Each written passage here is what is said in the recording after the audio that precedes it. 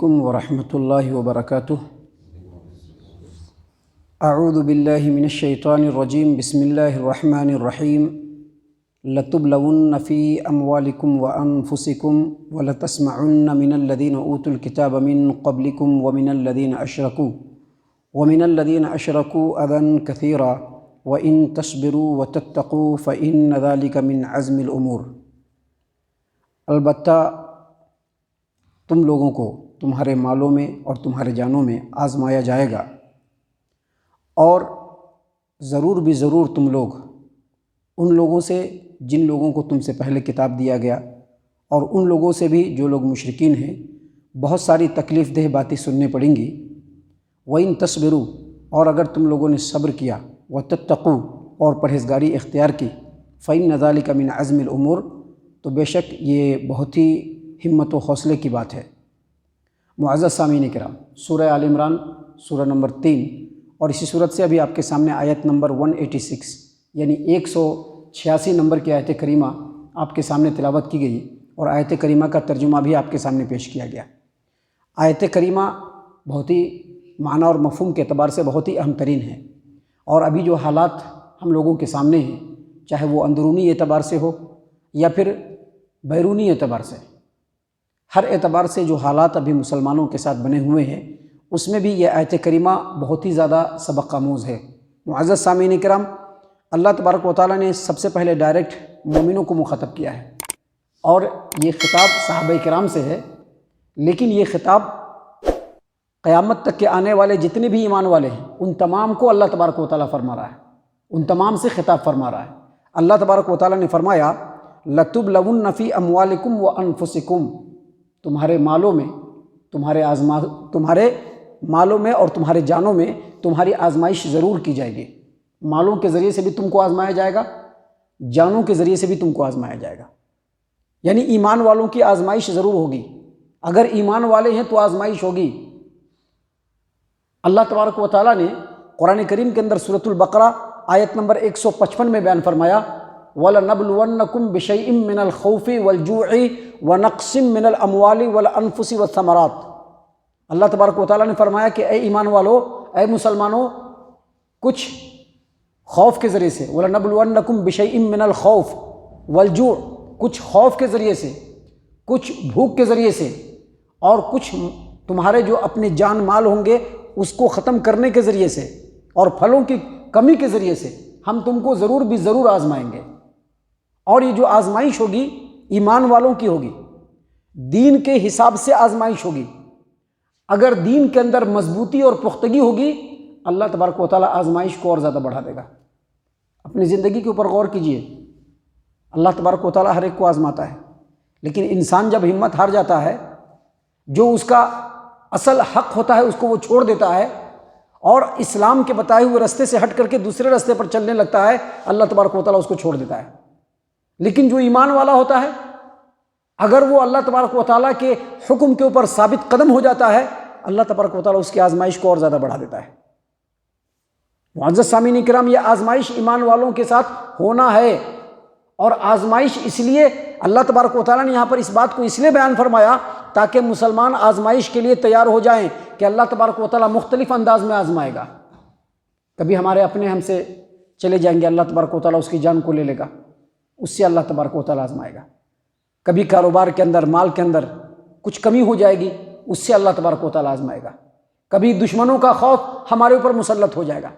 پتہ ہے نا NRC آیا تھا، کتنی بری حالت تھی، ہر آدمی اپنے اندر کانپ رہا تھا، حالانکہ بعد میں پھر کچھ نہیں ہوا، لیکن کانپ رہا تھا ہر ایک آدمی۔ اللہ تبارک و تعالیٰ خوف کے ذریعے سے بھی آزمائے گا،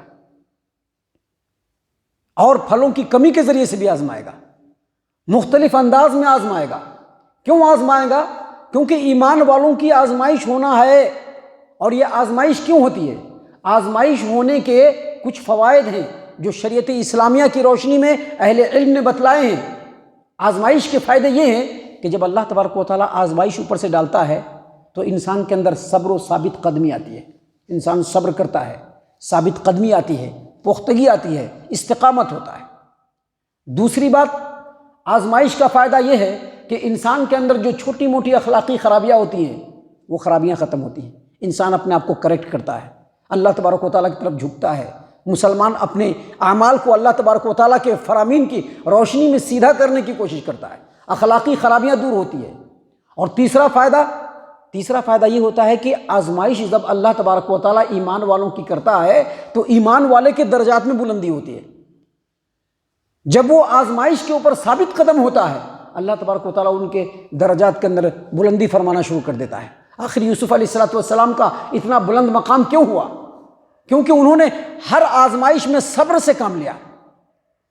اللہ کے رسول صلی اللہ علیہ وسلم کو اللہ تبارک و تعالیٰ نے افضل المخلوقات اور تمام انسانوں کا سردار کیوں بنایا؟ کیونکہ جب بھی اللہ کے رسول صلی اللہ علیہ وسلم کی آزمائش ہوئی، اللہ تبارک و تعالیٰ کے حکم کے اوپر وہ ثابت قدم رہے۔ ابراہیم علیہ السلام کو اللہ تبارک و تعالیٰ نے اتنا بڑا مقام کیوں دیا؟ کیونکہ جب بھی ان کے اوپر اللہ تبارک و تعالیٰ نے آزمائش نازل کی، جب بھی ان کو آزمایا، اللہ تبارک و تعالیٰ کے حکم کے آگے ہمیشہ جھکے رہے۔ تو جب آزمائش ہوتی ہے، ایمان والوں کے درجات کو، ان کے مقام کو اللہ تبارک و تعالیٰ بلند فرماتا ہے۔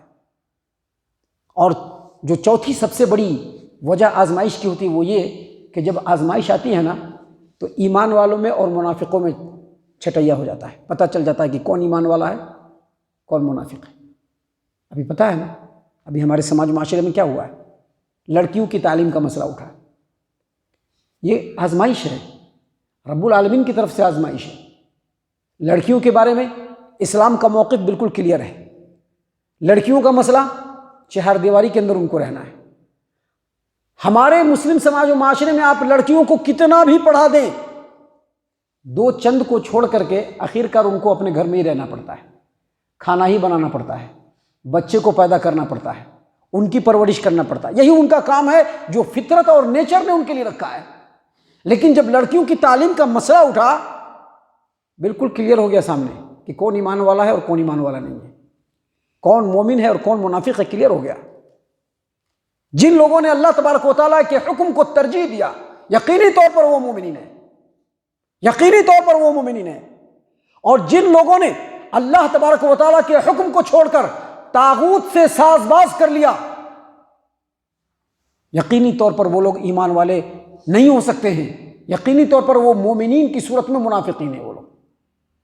معزز سامعین اکرام، اللہ تبارک و تعالیٰ نے اسی بات کو یہاں پر بیان فرمایا ہے کہ لَتُبْلَوُنَّ فِي أَمْوَالِكُمْ وَأَنفُسَكُمْ، تمہارے مالوں کے ذریعے سے بھی تم کو آزمایا جائے گا، تمہارے جانوں کے ذریعے سے بھی آزمایا جائے گا۔ اور اگر دین کے اندر پختگی ہوئی، آزمائش کے اوپر ثابت قدم رہے، اللہ آزمائش کو اور بڑھا دے گا اور آزمائے گا تاکہ بندے اور نکھر کر کے سامنے آ جائیں، اللہ تبارک و تعالیٰ کے اور برگزیدہ بندے بن جائیں۔ اس کے بعد اللہ تبارک و تعالیٰ نے جو اگلے اسٹیپ میں بیان فرمایا ہے وہ بھی آج کے ڈیٹ میں ہم لوگوں کے لیے بہت ہی زیادہ اہم ترین ہے۔ اللہ تبارک و تعالیٰ نے کیا فرمایا؟ وَلَتَسْمَعُنَّ مِنَ الَّذِينَ أُوتُوا الْكِتَابَ مِنْ قَبْلِكُمْ وَمِنَ الَّذِينَ أَشْرَكُوا أَذًى كَثِيرًا۔ مسلمانوں، اہل کتاب سے بھی اور مشرکین سے بھی۔ اہل کتاب کون ہے؟ یہودی اور عیسائی لوگ، یہودی اور عیسائی لوگ، اہل کتاب سے مراد یہودی اور عیسائی لوگ۔ اور مشرکین، چاہے وہ جس طرح کے بھی مشرکین ہوں، چاہے وہ جس طرح کے بھی مشرکین ہوں، اللہ نے فرمایا کہ اہل کتاب سے بھی اور مشرکین سے بھی تم لوگوں کو بہت زیادہ تکلیف دہ باتیں سننے کو ملیں گی۔ اہل کتاب سے بھی سننے کو ملیں گی اور مشرکین سے بھی سننے کو ملیں گی۔ آپ نبی صلی اللہ علیہ وسلم کے زمانے کو لے لیجئے، آپ صلی اللہ علیہ وسلم کے منہ پر بدترین باتیں لوگ بول دیا کرتے تھے۔ مسلمان کھڑے ہوئے ہیں، ان کے وہیں پہ بہت سارے یہودی، بہت سارے مشرکین ایسی باتیں بولتے تھے کہ اگر آج بول دے تو ہم لوگ بالکل پاجامے سے باہر ہو جائیں گے۔ لیکن ان لوگوں نے صبر کیا، مدینے کے اندر کہا صبر کیا۔ کیوں صبر کیا؟ کیونکہ اللہ تبارک و تعالیٰ نے یہ حکم دیا۔ حکم دیا، کیا حکم دیا؟ کہ مسلمانوں، یہودی اور عیسائیوں کی طرف سے بھی اور مشرکین کی طرف سے بھی تم کو بہت زیادہ تکلیف دہ باتیں سننے کو ملیں گی۔ اور آگے کیا کہا؟ وَإِن تَصْبِرُوا، اگر تم نے صبر کر لیا، وَتَتَّقُوا، اور پرہیزگاری کو اختیار کر لیا، تو یہ بہت ہی ہمت و حوصلے کی بات ہے۔ یہ اللہ تبارک و تعالیٰ نے قرآن کریم میں صرف اس مقام پہ نہیں اور دوسرے مقامات پہ بھی مسلمانوں کو صبر کرنے کے لیے کہا ہے۔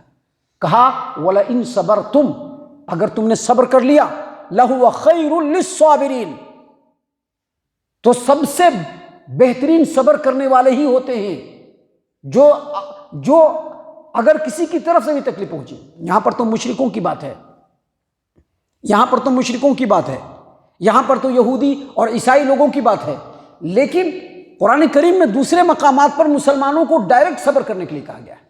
بہت سارے نادان ہوں گے جو تمہارے سماج و معاشرے میں ہوں گے،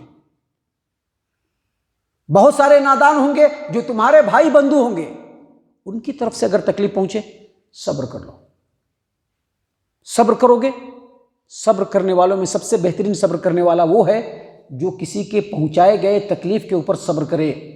یہاں پر اللہ تبارک و تعالیٰ ڈائریکٹ مسلمانوں کو کہہ رہا ہے۔ آج بھی آپ اپنے اندرونی حالات کو بھی دیکھ لیجئے، اپنے سماج و معاشرے میں بھی دیکھ لیجئے، اپنے ساتھ رہنے والوں میں دیکھ لیجئے، یا پھر دنیا کے اندر دیکھ لیجئے، مسلمانوں کے لیے غلط بات نکالنے والوں کی کمی نہیں ہے۔ یہودی بھی غلط بات نکال رہے ہیں مسلمانوں کے خلاف، عیسائی بھی نکال رہے ہیں، مشرکین بھی نکال رہے ہیں، لیکن مسلمانوں کو ان باتوں کے اوپر وچلت ہونے کے بجائے، ان باتوں کے اوپر بے صبرہ ہونے کی بجائے اللہ تبارک و تعالیٰ کے دین پر ان کو جم جانا چاہیے، صبر و ثابت قدمی اختیار کر لینی چاہیے۔ محترم سامعین کرام، اسی بات کو اللہ تبارک و تعالیٰ نے یہاں پر بیان فرمایا ہے کہ وَلَتَسْمَعُنَّ مِنَ الَّذِينَ أُوتُوا الْكِتَابَ مِنْ قَبْلِكُمْ وَمِنَ الَّذِينَ أَشْرَكُوا أَذًى كَثِيرًا، یہودی اور عیسائی لوگوں سے بھی اور مشرکین سے بھی اے مسلمانوں بہت ساری تکلیف دہ بات تم کو سننا پڑے گی۔ وَإِن تَصْبِرُوا، اگر تم نے صبر کیا، وَتَتَّقُوا، اور پرہیزگاری اختیار کر لیا، فَإِنَّ ذَلِكَ مِنْ عَزْمِ الْأُمُورِ، تو یہ بہت ہمت و حوصلے کی بات ہے۔ آج کسی کو ذلت و رسوائی میں ڈال دینا یہ ہمت و حوصلے کی بات نہیں ہے۔ اگر سامنے ایک آدمی ہے اور ہم نے اپنے دماغ اور اپنے جسم کی طاقت کو لگا کر کے اس کو پچھاڑ دیا، اس کو زیر کر دیا، اس کو ذلیل و رسوا کر دیا، یہ ہمت و حوصلے کی بات نہیں ہے۔ نبی اکرم صلی اللہ علیہ وسلم نے فرمایا بہادر وہ ہے جو غصے کے وقت اپنے آپ پر کنٹرول کر لے، یہ اصل بہادری ہے، اسی کو کہا جاتا ہے صبر۔ اللہ نے فرمایا وَإِن تَصْبِرُوا، اگر تم نے صبر کیا، وَتَتَّقُوا، اور تقوی اور پرہیزگاری اختیار کر لیا، فَإِنَّ ذَلِكَ مِنْ عَزْمِ الْأُمُورِ، تو یہ بہت ہی ہمت و حوصلے کی بات ہے۔ محترم سامعین کرام، اس صورت کریمہ میں اللہ تبارک و تعالیٰ نے ابھی ہم لوگوں کے لیے اور بھی بہت ساری باتیں بیان کی ہیں جو انشاءاللہ ہم اپنے وقت پر اللہ تبارک و تعالیٰ کی توفیق اور اجازت سے آپ کے سامنے پیش کرنے والے ہیں۔ اللہ تبارک و تعالیٰ سے دعا ہے کہ اللہ تعالیٰ ہم تمام کو ان تمام باتوں کے اوپر خوب غور و فکر اور تدبر کرنے کے ساتھ ساتھ ان باتوں کے اوپر عمل کرنے کی توفیق عنایت فرمائے، آمین۔